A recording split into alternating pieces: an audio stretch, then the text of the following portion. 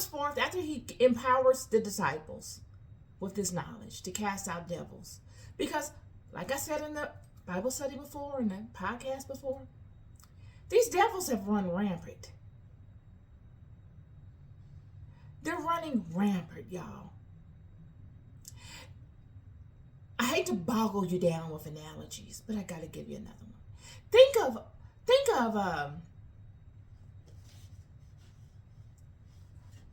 you getting abducted. No, let's just say this. Just think of you get taken to another part of the world, remote, and you know the system of things that you grew up in. You know how things are here.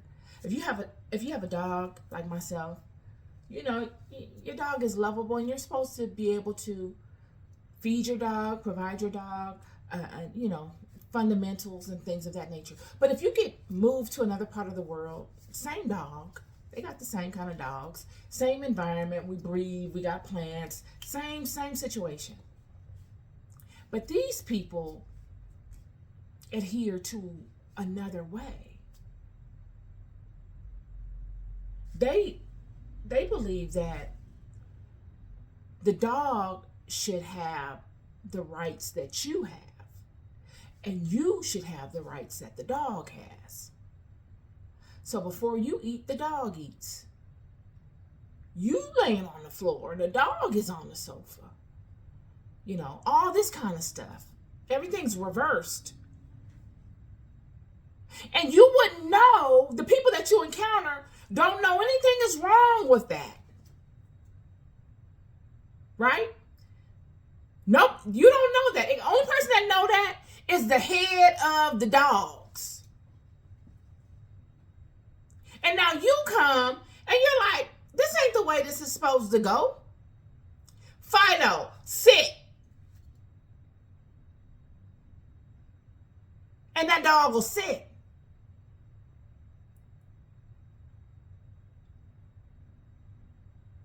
It's the same way with these demons. They're attacking the people. They're infesting every area of life because the people don't know their role. And so because of ignorance, they suffer. They suffer because they don't know their role in the scheme of things. Now Jesus comes on the scene, and Jesus knows his role. Jesus knows how to put them in their place. Just them seeing Jesus, they can tell by his vibration, because these demons see in the unseen. Jesus is vibrating in a different way. His whole color spectrum is glowing in a different way. So on sight, they know this is the Son of God activated. This is the Son of God activated, and I'm not going to be able to pull this nonsense on him. And they corral amongst one another, and his word is out. All the miracles are being done. All the demons he's casting out are running and telling all the other demons, I just got casted out. Man, we ain't been casted out in 1,000 years.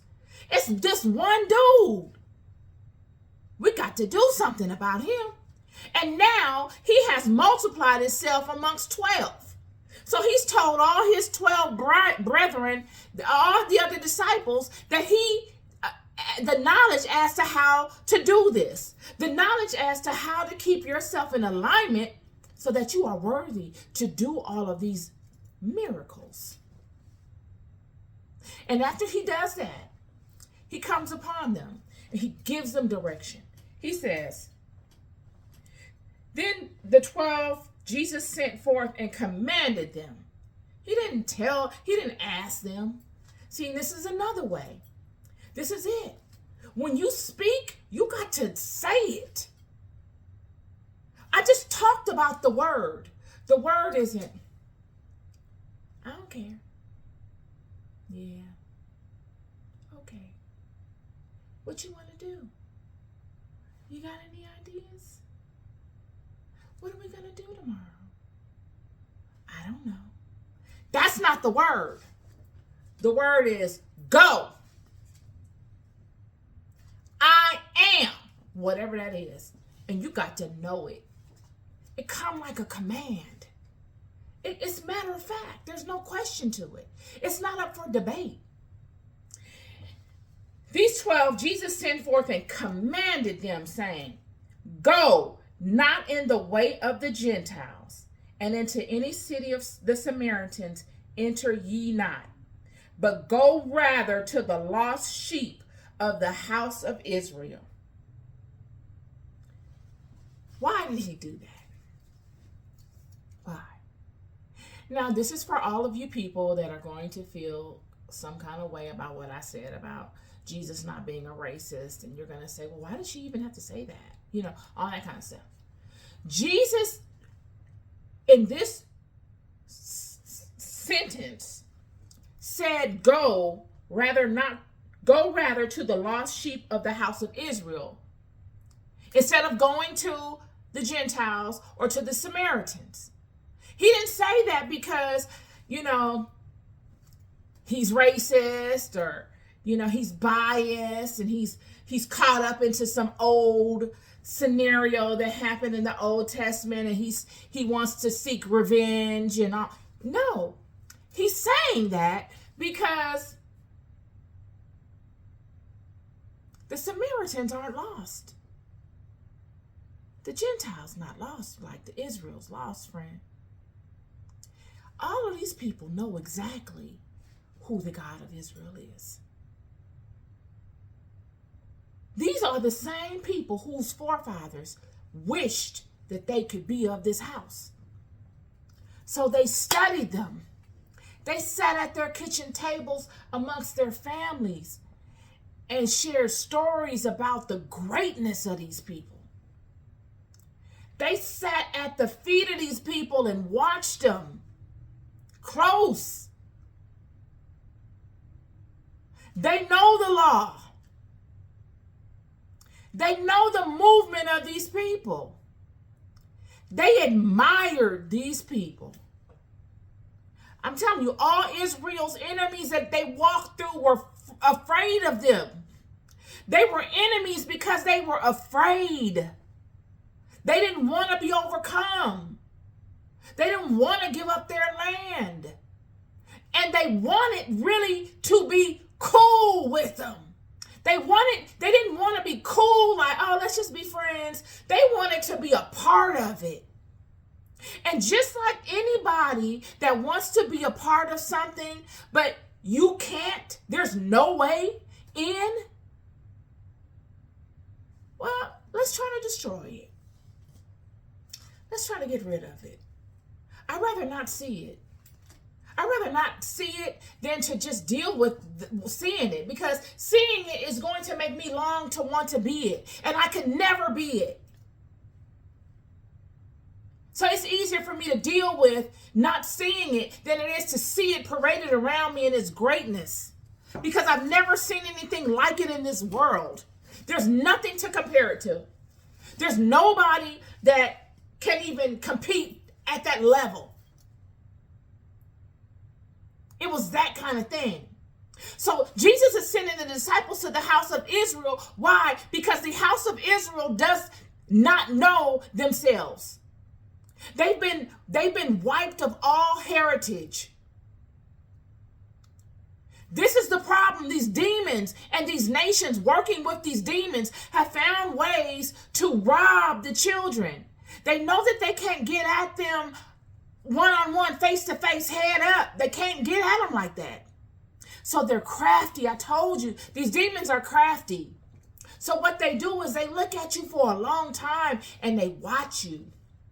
And they devise ways for you to sabotage yourself.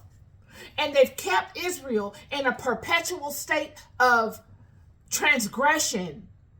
So much so that they've been out of the law so long that Israel has looked to go through these lesser gods to make life easier for themselves. Please look at my previous Bible studies, you guys. I build on my Bible studies. So now Israel's completely out of line, out of alignment. They bowed to various gods. God has turned his back on them in a way. He silenced himself. Now Jesus is on the scene. It's a new season. Jesus is now speaking life.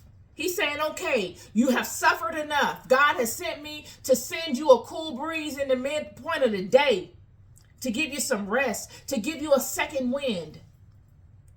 I need you to go out and teach them the fundamentals. Cast out all the unclean spirits. Why unclean spirits? Why would unclean spirits be in them? Because they have made relationships with the fallen ones, with the demons. I told you the word. They don't have a body. They can't speak. So they make pacts with these spirits. Okay, I will let your wife have children because God closed her womb up. I'll show you the science on how you can do that. You do this for me. Let me into your vessel. So they began doing these things. Oh, you wanna buy that land over there? You don't have any cattle? I know how to get you cattle and land. I'll make you successful. Let me into your kingdom. What is your kingdom? Your mind, your body, your voice, your hand. Let me have full reign in your kingdom, and I'll give you some stuff in this kingdom, in the earth. And they've gone for it. So much so that they've lost their footing. They've forgotten all the fundamentals that keep them in alignment to God. They're using the power of God in them because that's what's making them so important to these fallen ones. It is the power of God in them. If the essence of God wasn't in them, they would be of no use to these demons. The essence of